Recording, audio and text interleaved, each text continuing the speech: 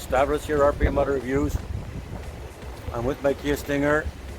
As you know from watching my channel, it's pretty much stock. The only thing I've got done to it is the K&N filters inside the OEM boxes, not the big cold air intake tubes, just regular filter swap outs.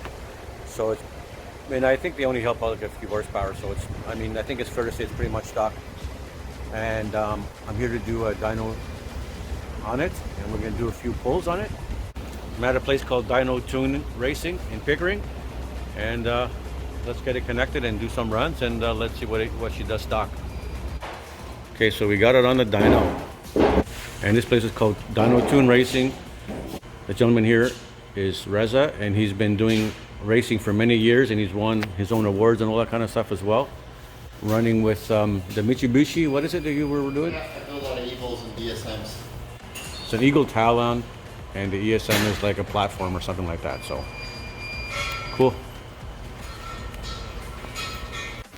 So the dyno is called a Dynacomp Inc., and apparently it's pretty much similar technology to the Mustang dyno, which I think the gentleman here said that the person who used to work for Mustang dyno and developed it started his own company, so it's similar technology.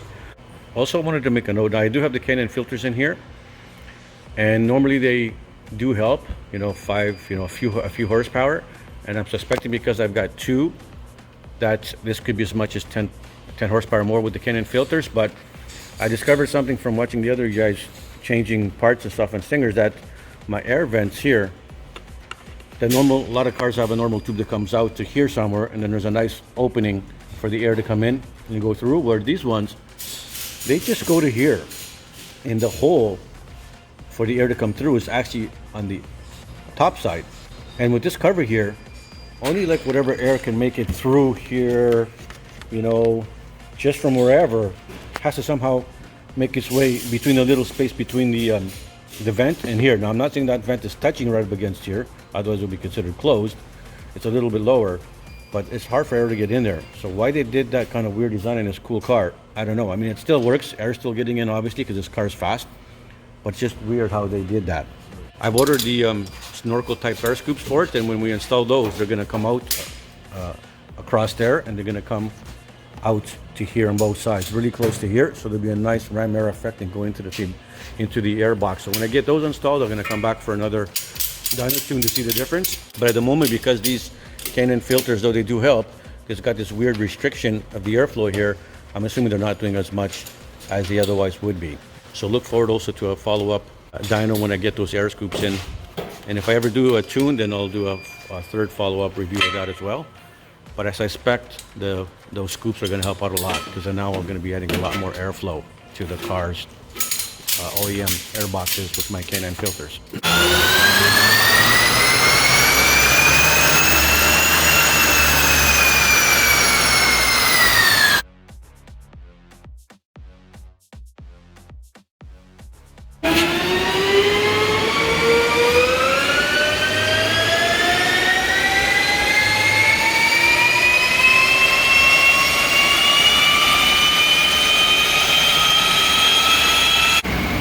So far, my first two in sport mode have been like 302 horsepower, and the second one 298 horsepower, so averaging around 300 horsepower, a little less than what other people are getting, but the torque has been 380.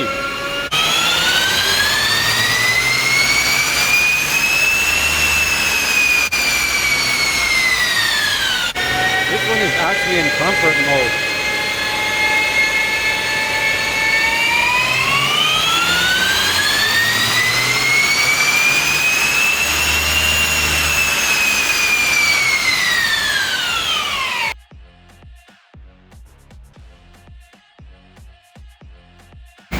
Just to show everybody it doesn't make a difference, like you're saying.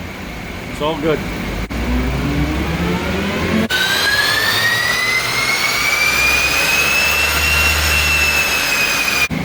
All right, so let's see what we got.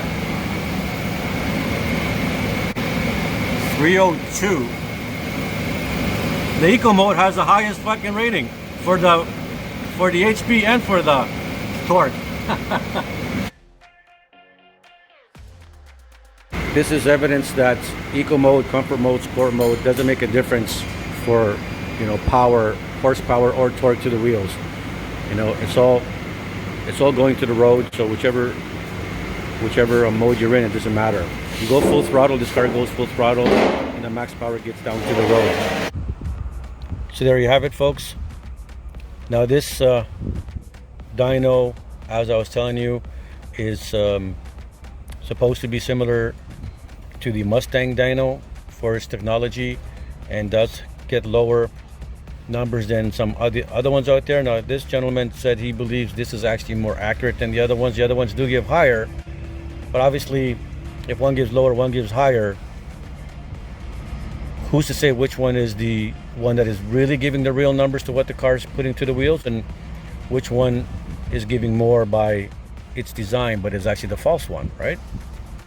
So as you can see here, I'm pretty much averaging 300 HP to the wheels, and the torque is averaging 383.